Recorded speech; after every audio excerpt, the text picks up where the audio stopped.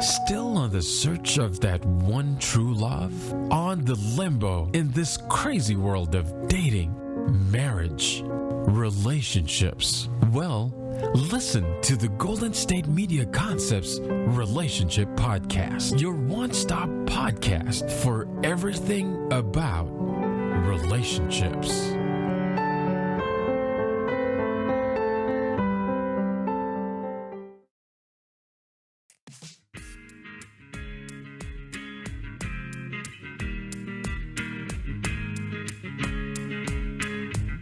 Hi there.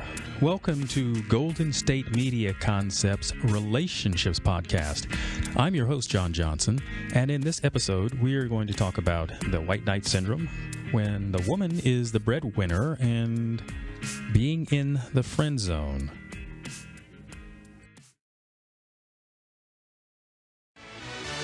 Check out the show that's built on the MMA. From the UFC to extreme cage fighting, they got the fights covered. Check out the GSMC MMA podcast. Get the latest news on past or upcoming fights. Join us as we talk to and about some of the biggest names in the MMA, past, present, and future. When it's the fight game, there's just one show to check out. GSMCpodcast.com/MMA-podcast. Don't forget to like them on Facebook and follow them on Twitter. Visit GSMCpodcast.com for more info.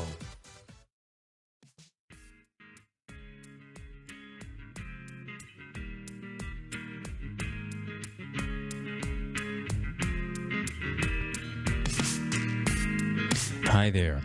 Welcome to Golden State Media Concepts Relationships Podcast. And I'm your host, John Johnson. And in this episode, we're going to talk about when the woman is the breadwinner, the white knight syndrome, and being in the friend zone. When I talk about the friend zone, what I'm referring to is when you have that person that you have sort of had an interest in, but it stays in that state. It's not really romance.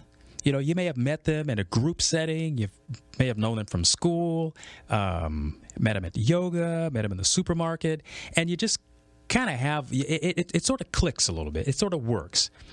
And, you know, if you want that to go to the next level, that is, you sort of being exclusive, where it's just the two of you, you can kind of be a couple, you know, that takes a risk. And, you know, you put your feelings out there. Well, if it's not kind of giving back in the same way, you know, it's sort of kind of awkward. You know, you're kind of thinking, well, are we moving forward here, or are we, you know, what's happening? You might be in the friend zone. Now, it obviously merits some discussion. You got to tell the person, hey, you know, I was wondering if we can kind of talk about the relationship here and deciding what you want. Well, if the feedback comes to the, you know, I don't really want to change this, I kind of like just hanging out, or so to speak. Well, now you got to make a decision. Do you just kind of wait this out? You know, you just kind of keep things status quo. You keep going out as friends and having pizza and maybe going to the movies, or just and hanging out with the other groups of friends, or should you move on? Obviously, that's your personal choice. I mean, if you're looking for a relationship, you know, the friend zone is not where you want to be. Now, you can kind of put yourself in that position when you don't have expectations. Because if you don't make your feelings known, if you don't say something to the effect of, hey, you know, I'm actually looking for a significant other, and discussing it at that level, because people will give you a clear indication if they don't want to be in a relationship. But, you know, you can kind of work on that, because you have people that are a little gun shy. They don't want to necessarily jump into a new relationship because the old one left them sort of in tatters. So the new one, it just might not be the time is right. So you might be in a friend zone for that reason. And you might be in the friend zone because they just don't have feelings for you. I mean, it's kind of important to know something about the background of the person we're talking about, because if they just have a history of not ever being in relationships, well, you're not going to get anything anyway. That's a lost cause. You just might as well just stay friends and or move on and look for somebody else. Now, the friend zone's not a bad place. Because as I shared, you've got an individual who just got out of a relationship. They got a little bit of repair work that they're going to have to do before they're probably fit to be in a new relationship. And you don't want to be the rebound, because the thing is, what I've learned about rebounds is if you're the first one after they broke up, you're probably not going to work out. They need to take some time to heal, and you need to give them that space. If you happen to be in their life at the time and something of a reliable person, you might be getting bonus points because you're showing your character, and that's an important thing to be able to do, especially for a person who's gotten out of a relationship, because it wouldn't have ended if it had been all good, you see. So having character that gives you an opportunity to do that. But the thing about the friend zone and getting placed into that, it's not romantic. It's sort of like the light on the telephone that's on hold, and you're hoping for something down the road. So you got to kind of give yourself some criteria here. How long do you want to wait? Because there are certainly other opportunities out there. I mean, if you're in your mind that this is the next greatest person in the world to be with, then you might decide to give it some time and continue to enjoy that person and have a good time with them. But if that person is giving you the clear indication that it's not going to go any further, you probably should move on and find somebody else that you're more compatible with. Because that's basically a situation. If you go to the grocery store, the shelf is empty. There is nothing there for you. And better that you find that out and learn it, deal with it, and move on, than just to keep hanging out. Because for what it's worth, if you want more, then you're going to have to go out and get it. And again, we're talking about the friend zone. Here's something that many of you probably come across, and you wonder what to do about it. Let's say you have a friend, they have a partner, and you find that partner has shown an interest in you. What do you do? Do you blow them out of the water? Do you run back to your friend and say, hey, guess what just happened here? I think it really merits you pumping your brakes and give consideration, and maybe you might have misunderstood something here. Now, I'm not talking about the overt somebody's coming on to you, but if somebody seems to be if somebody seems to be nice, and you're kind of wondering, is this personal interest here, or is this just the person being nice? I think the thing to do in that situation is you sort of say, hey, Janet, I think it's great that you and Bob are good for each other. I'm really glad that we're all friends. And that move sort of puts it out there that you recognize that Janet is with that guy, and that you're not going to ruin that, come between that, show any sort of inappropriateness. And if you may have had the possibility of misreading Janet's nice intentions, it won't put an ugly spin on it and create something embarrassing. So that's just a little piece of etiquette for you, that just in that conversation, you just bring up the name of the two people in the relationship and that how happy you are for them, and that sort of puts you in the clear. It sort of makes it clear that you're not wanting to come between them. And I'm also wanting to make it clear, too, there's a lot of things people say and do when they're under the influence of something, be it drugs or alcohol, and they may say something that they don't ever mean if they were level-headed or if they were in their right mind. And you don't want to ever take something like that too far, because you're going to wind up having to deal with damage control, and you don't want to be in the middle of two people when they're having a problem like that, because it's really not yours to deal with. You can be supportive without getting in the middle of it. Another thing I wanted to bring up is, and this comes quite often in conversations about dating. It's when to have sex in a date. Some people it's abstinence. You know, they have religious beliefs and they just don't believe sex before marriage. Others say wait 3 dates. Some say 3 months, 6 months. Some say after matrimony. That's kind of relates to that abstinence thing. And think about what it is that you want. Now, I've heard from women who have said that who may believe that if they have sex with a guy that they have a relationship, or that a guy loves them, or that a guy wants them. And that's not necessarily the case. Sex to a guy is a lot different than sex to a woman.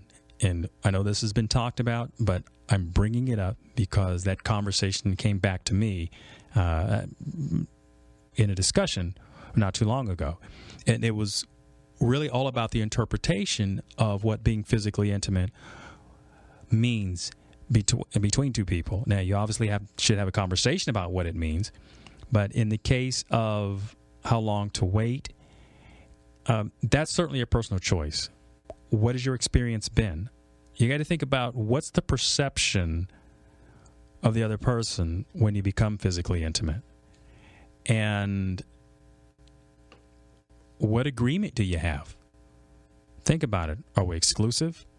I mean, certainly with this day and age of sexually transmitted diseases, having a monogamous partner is the safer way to go. But some people treat sex as though it's recreational, and it's just a part of what they do when they're with somebody, and it could be several somebodies. You know, when you're not monogamous, then, well, that's the opposite of monogamy, with several, or the potential to be with several. Whatever you do, you want to make the decision for yourself ahead of time, because deciding these things after you've gotten involved with somebody comes with a great deal of risk, because some people get physically involved with somebody for all the wrong reasons. One, they think it's going to keep a person, and it generally doesn't. If you're in a committed relationship and you're having sexual issues, well, then that's probably something that needs to be addressed with a therapist or a doctor. But I'm talking about those, in this circumstance, I'm talking about those people who are single and who are trying to make the decision to take it to that level. Again, this is something you have to give a lot of thought to, because we all interpret that differently. And because of that, communication is the key. Another something I wanted to touch on has to do with interracial relationships. It was very taboo. It's something that's been talked about in various cultures. But now it can come to mean lots of different cultures. America is a melting pot. We have Japanese, we have Korean, we have people from Philippine heritage, we have people of a Latin heritage, and when you start having all of those different ethnicities in this country, then the potential to date somebody outside of your own culture is very great. College is a very good place to meet people from different backgrounds. You have people from various countries, different states, different cities, all showing up in the same place. And the college experience is generally a pretty good place to break down barriers, so that when you meet people, things that you may have grown up listening to, you can dispel a lot of myths, a lot of rumors. And basically, people are people. And it has less to do with their skin color than it does with their character. Carrying this forward, the interracial relationship, when you meet someone and you find that you're attracted to them and they're of a different race, there are people still who have a problem with that, because they see skin color as an indication of someone's wealth or value. And if in your experience, you are dealing with, let's say, family members that may have a bias against that, that's going to affect you, because you probably won't feel comfortable about bringing your mate around those people. And then there's, in some communities, the stigma of being with somebody of a different culture. And that can be very daunting. And by the way, when you become committed to that person, you have children, or you may have children, and the children of interracial parents, many people say that they're very beautiful because there's this exotic blend of skin and hair and eye color and stuff like that. I mean, that's all part of the outside. But, I think about the richness of meeting someone of a different culture and embracing that knowledge and applying that and being an ambassador, if you will, for being in a relationship with someone of a different culture. It doesn't have to always lead to kids and matrimony, but it's nice to be able to get outside of your own comfort zone. And I think about that. Next up, I'm going to talk about the pain of loving someone when it is one-sided. That's called unrequited love. And we'll be back. Tired of searching the vast jungle of podcasts? Now listen close and hear this out. There's a podcast network that covers just about everything that you've been searching. Hey! The Golden State Media Concepts Podcast Network is here. Nothing less than a podcast bliss with endless hours of podcast coverage. From news, sports, music, fashion, cooking, entertainment, fantasy, football, and so much more. So stop lurking around and go straight out to the Golden State Media Concepts Podcast Network. Guaranteed to fill that podcast itch. Whatever it may be. Visit us at www.gsmcpodcast.com. Follow us on Facebook and Twitter, and download us on iTunes, SoundCloud, and Google Play.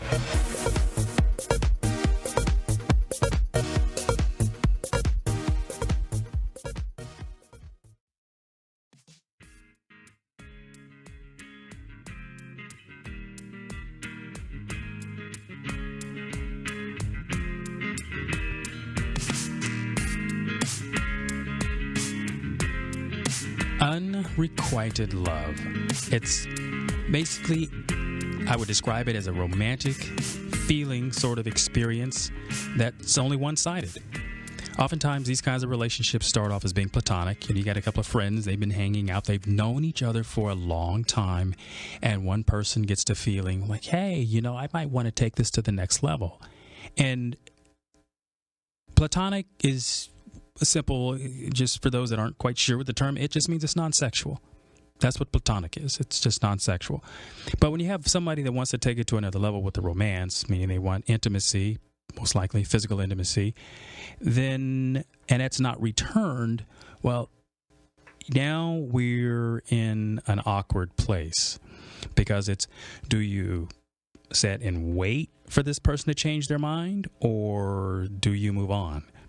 I mean, clearly, when you have an emotional experience with someone like that, it is very hard to let go. Letting go was not something we're used to doing.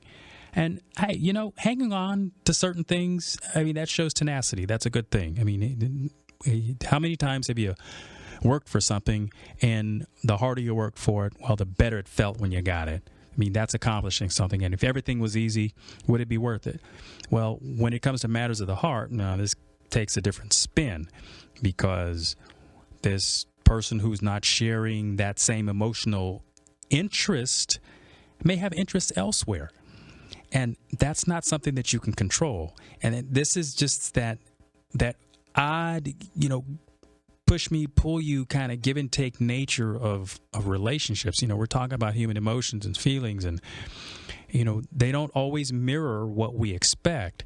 And that, in essence, is what happens in a platonic relationship.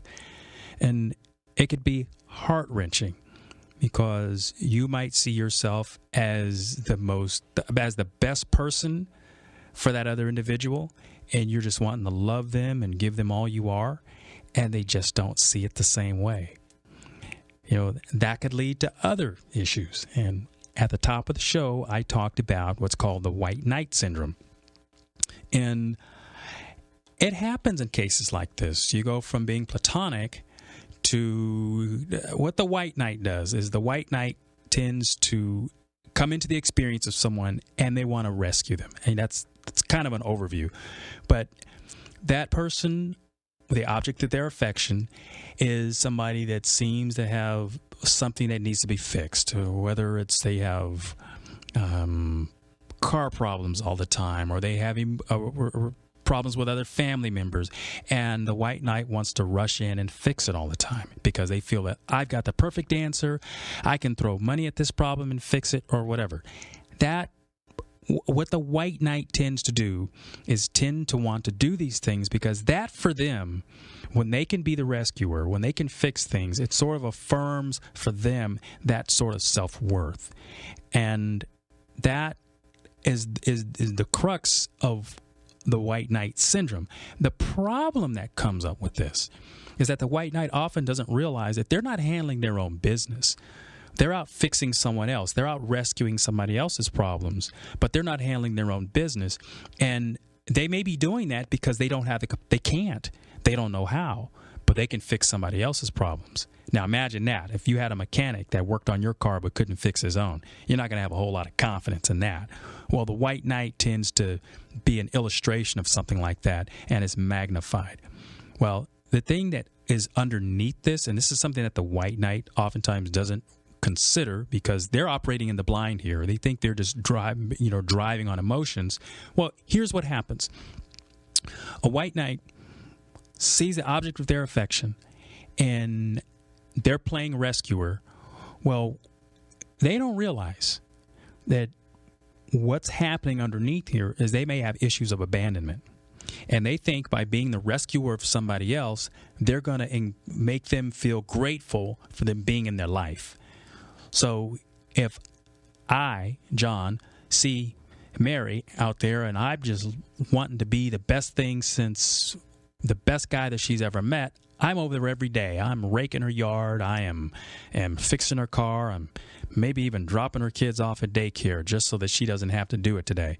And probably trying to give her advice on life and other matters of the heart. Well, I'm probably not handling my own business, but what underneath is I'm thinking I'm building good graces. I'm building points with her. And the idea is that when she finally comes around, she's going to see that I'm the best guy that she can be with. Well, you know what? That's what white knights do. But what white knights tend to forget is they have their own problems, which created that experience that they want to fix somebody else and not take care of their own. And like I say, they're just blind to it. So if you have this kind of person in your experience, take a look at yourself. Are you inviting this person to be in your life to try to be your rescuer? Because if you're doing that, then you're adding to the problem. And the white knight, they think that they're doing themselves, you a favor. But sometimes, and this is the white knight part, they have a narcissistic view of you. They might even think you're incapable of solving your own problems, so they're going to come in and do it for you. Now, that's not a very flattering view of you, is it? No, it's not. Because you could probably handle your own problems. And then there are those who will take advantage of the white knight. The white knight is unknowing. He's unwittingly being duped into being in this experience. I don't want to necessarily call it a relationship. I mean, it is, but they're duped into being in this experience. And this could go on indefinitely.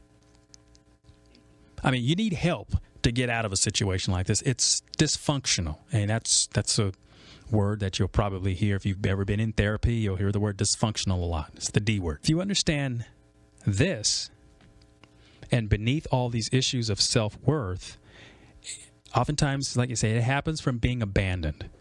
And, in order to protect the feelings, and I'm talking about the white knight, they involve themselves in a relationship in which they think they're building a love bond, and they're creating an emotional debt from the person that they're serving, and they think that person is going to repay that debt, but quite often they wind up being abandoned. So the white knight goes right back to where he started. He's going to find somebody else.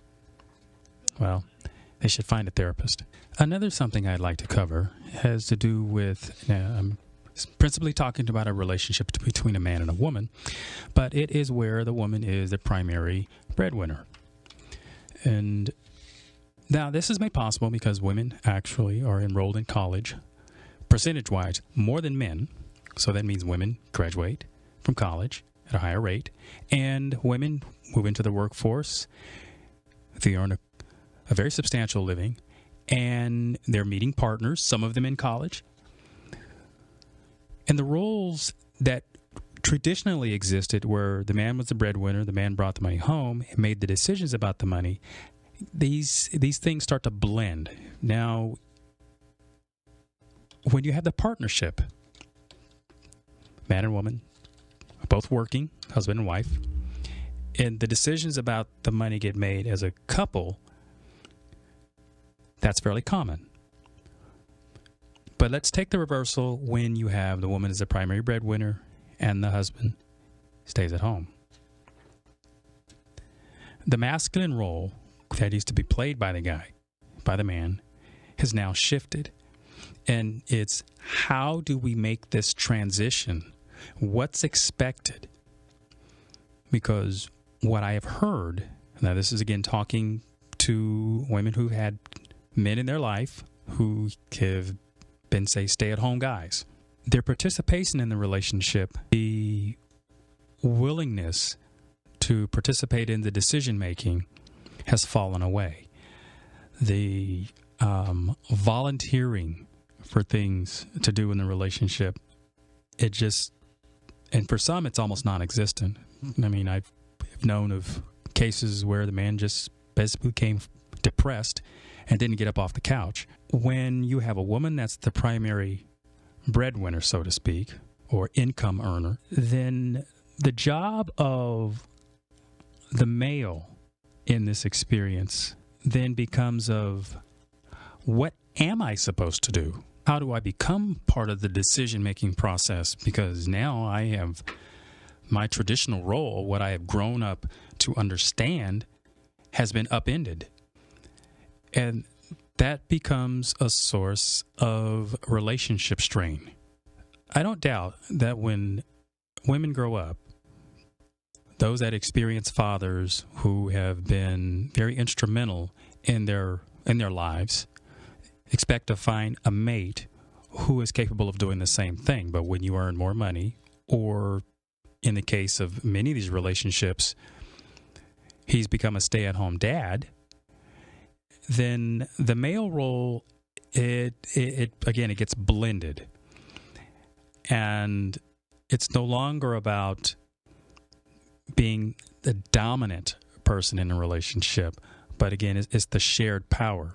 Or I can say again, but it's the shared power in a relationship. And these things have to be discussed. I'm real big on communication, as I've shared in other topics that I've talked about. If you're a man and you're in this situation, you know what I'm talking about. It's hard to be assertive because quite often these women who are in relationships where they're their primary income earner have learned a certain level of aggressiveness, assertion, if you will, but that's because of survival. It's not to emasculate a man. But I think what women have to understand who are in these sort of role shift, role reversal kind of relationships is what emasculating a man is. It's cutting him out of the process. It's when you don't acknowledge his value and thereby dismissing him and maybe not even realizing that's what you're doing. But you have to give onus to the fact that it's a struggle, because what young men grow up seeing in images of movies, television, so on and so forth, is an old idiom. It's the idea that men are in charge of things and that men will always be in charge. Well, this job of then being the nurturer shifts from the woman to the man. And while he may have had experiences of living that in his life with his mom or sisters. Now he has to bring that to fruition in the relationship with his significant other. And it may be easy to do for a while. When you have kids, you have a purpose. But what happens when the kids grow up or they're gone? What's the role then? It's not so clear. What I know is that these situations lead to confusion, depression, divorce, and it's how do we fix it? One must first recognize that there is a problem, one that's brought about because you've never seen something like this before. We are now dealing with these kinds of things and out in the open, but there is hope. Now that we recognize that a problem exists, you can now begin to work on the problem. The problem being of the role reversal. How do we manage this situation so that we have containment, so that we can both doing it in a loving way, and for a man not to feel emasculated? I think decision-making should be a shared experience. Continue to do that. Continue to emphasize that you're both important to each other. And there's always help for a relationship if you want it, be it your clergy, be it your professional therapist. I don't always suggest that friends weigh in on something like this because this is obviously deeply personal and they may not have had your experience. I always want to be encouraging of those that want to deal with their problems honestly and open. You've been listening to John Johnson. This is the Golden State Media Concepts Relationships Podcast. You can find us at www.gsmcpodcast.com, or you can follow us on Facebook or Twitter. And you can download us on iTunes, Stitcher, and SoundCloud. Until next time, keep having those wonderful relationships.